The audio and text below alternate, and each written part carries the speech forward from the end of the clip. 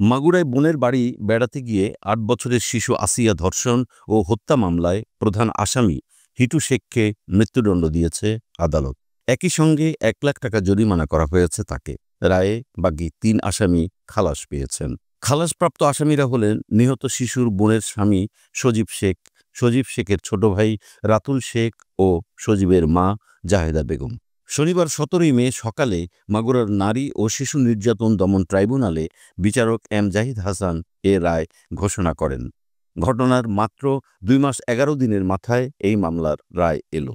এর আগে সকালে কড়া নিরাপত্তার মধ্য দিয়ে পুলিশের একটি প্রিজন ভ্যানে করে ৪ আসামিকে মাগুরা চিফ জুডিশিয়াল ম্যাজিস্ট্রেট আদালতে আনা হয়।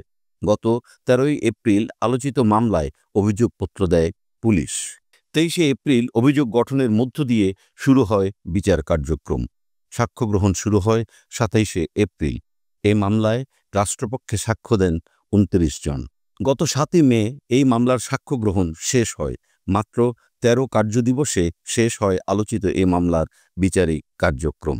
মঙ্গলবার ১৩ই মে সকাল ১০টায় মাগুরার নারী ও শিশু নির্যাতন দমন ট্রাইব্যুনালের বিচারক এম জাহিদ হাসানের আদালতে মামলার শেষ দিনের যুক্তিতর্ক উপস্থাপন শেষ হয়।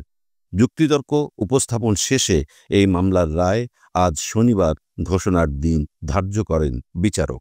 রায়ের পর স্বরাষ্ট্র মন্ত্রণালয়ের বিশেষ প্রসিকিউটর অ্যাটর্নি জেনারেল সমমর্যাদা সম্পন্ন বিশেষ আইনজীবী অ্যাডভোকেট আহসানুল হক সমাজি বলেন, বাংলাদেশের প্রচলিত আইনে ধর্ষকের বিচার নিশ্চিত করতেই এমন রায় দৃষ্টান্ত হয়ে থাকবে আইন অঙ্গনে।